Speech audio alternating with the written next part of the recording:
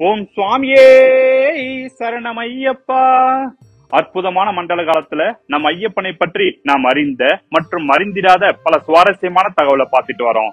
அந்த வகையில இன்னைக்கு நம்ம தெரிஞ்சுக்க போறது நீலிமலையை பத்தி தாங்க.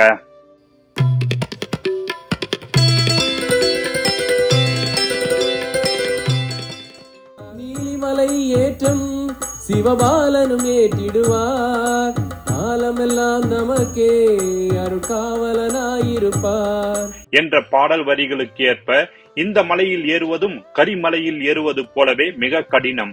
கால் முட்டி தரையில் உரசும் அளவுக்கு மிகவும் சிரமப்பட்டு இந்த மலையை ஏற வேண்டும். ஆயினும் ஐயப்பனை நெருங்கிவிட்டோம் என்ற ஆனந்தத்தினால் சோர்வு தெரியாது.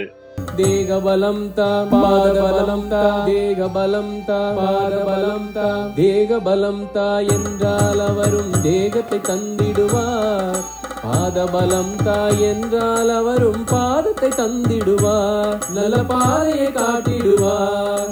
சுவாமியே ஐயப்போ ஐயப்போ சுவாமியே சுவாமியே ஐயப்போ. பக்தர்கள் அவர்களின் களைப்பை போக்க நீலிமலை நிர்மலனே சாமியே சரணமையப்பா என்று பக்தர்கள் இங்கு மிக சப்தமாக சரணகோஷமிட்டுக் கொண்டே மலையேறுகின்றனர். நீலிமலையில் வசித்த மதங்க மகரிஷி தன் சிஷியை நீலியுடன் சிவனை நோக்கி தவம் செய்ததாகவும் அவளது பெயரில் இம்மலை விளங்குவதாகவும் கூறப்படுகிறது. இம்மலைப்பகுதியின் துவக்க பகுதியில் வலது பக்கமாக ஒரு பாதை பிரிகிறது. இதை சுப்பிரமணிய பாதை என்பர். இந்த வழியாகத்தான் ஐயப்பன் கோயிலுக்கு தேவையான சாமான்கள் கழுதை மூலமாக கொண்டு செல்லப்படுகிறது. நீலிமலை ஏற்றத்தில் அப்பாச்சி மேடு, இப்பாச்சி குழி என்ற சமதள பகுதி வருகிறது. அப்பாச்சி மேட்டில் பச்சரிசி மாவு உருண்டையை கன்னி சுவாமிகள் வீசுகிறார்கள். வனதேவதையை திருப்திப்படுத்த இந்த வழிபாடு நடத்தப்படுகிறது.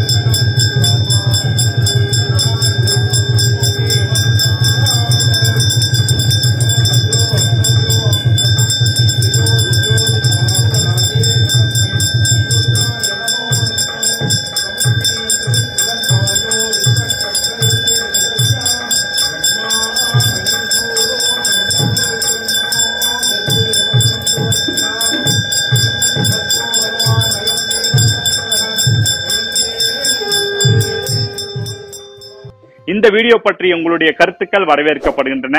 மேலும் நீலிமலையை பற்றி உங்களுக்கு தெரிஞ்ச தகவலை கமெண்ட் செக்ஷன்ல பதிவிடுங்க.